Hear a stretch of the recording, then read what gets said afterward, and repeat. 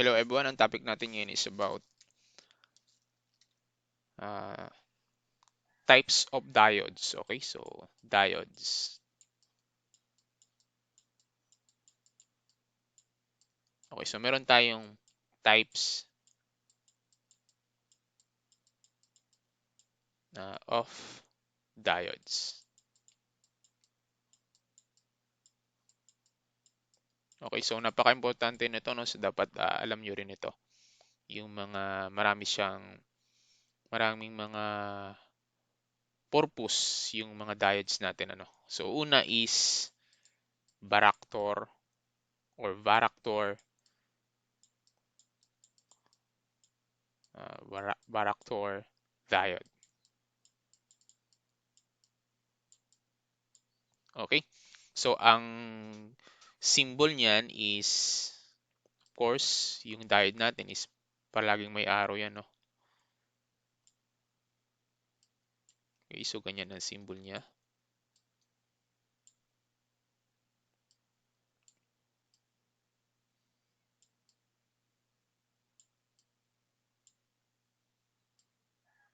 Okay, so yan ang symbol ng ating varactor diode. Okay, so this type is also called a varicap. Okay, so varicap. So, ito ano, kung ito yung basehan ko dyan, yung parang cap. Okay, so varicap or uh, capacitive diode.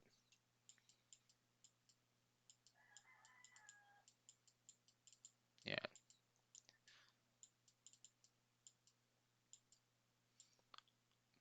Okay, so with the reverse voltage,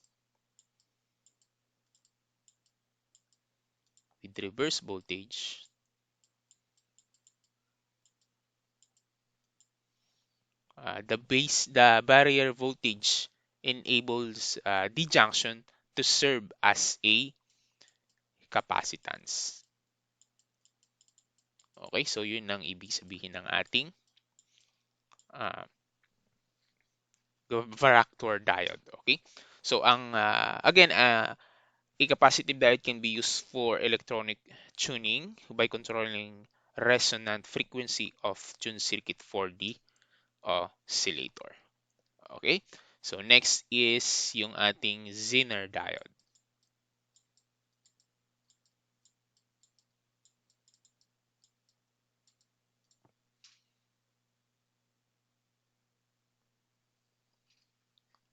Okay? So ang symbol naman niya is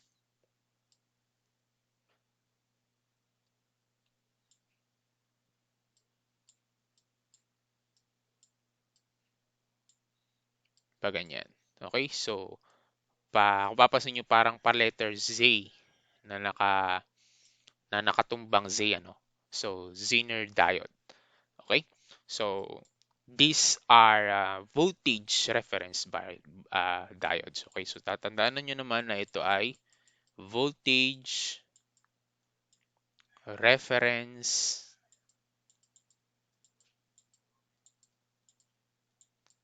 diode. Okay, so are designed for a specific reverse breakdown. Uh, Reverse breakdown voltage typically 3 to 100 volts. Okay, so the name avalanche diode is also used. Okay, so avalanche diode.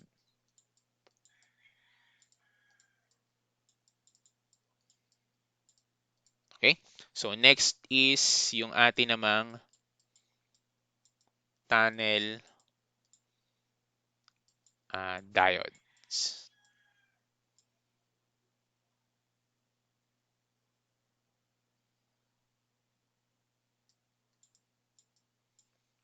Okay, so ang symbol naman yan is pag ganito naman.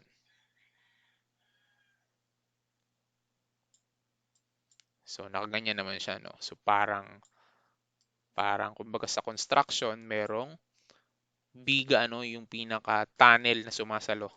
So may tunnel siya. Okay? So tunnel diode. So these are also called Isaki. Okay? Isaki.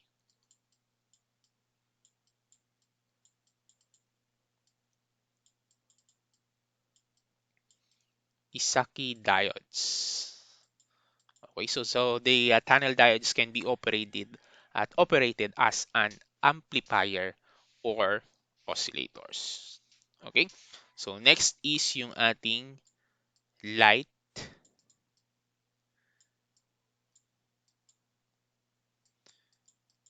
emitting diode.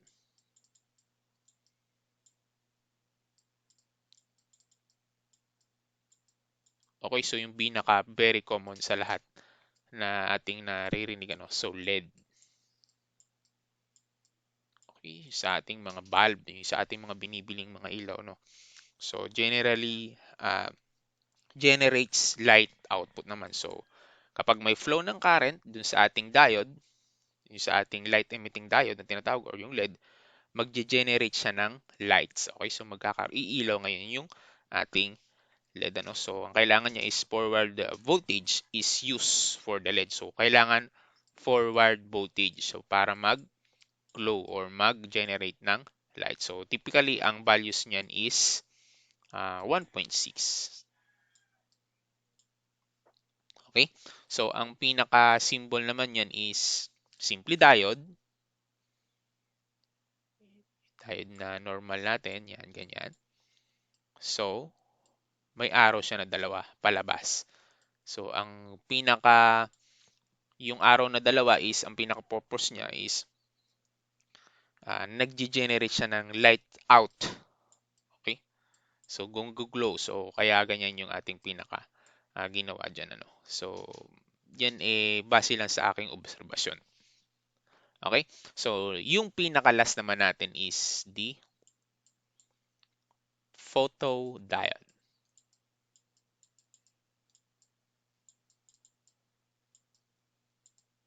or yung photocells. Photocells. Okay? So, ito naman is, kung ito si light emitting diode is nagge-generate ng light kapag may flow ng current, ito naman is, ang kailangan niya is needs light input to vary its R. Okay, so ibig sabihin, uh, ito ay yung resistance niya, no? Yung resistance niya sa loob o yung resistance mismo ng photodiode is nagkakaroon ng pagbabago kapag depende sa intensity ng light na tumatama sa kanya, no? So kapag yung kapag more light, so pag more light,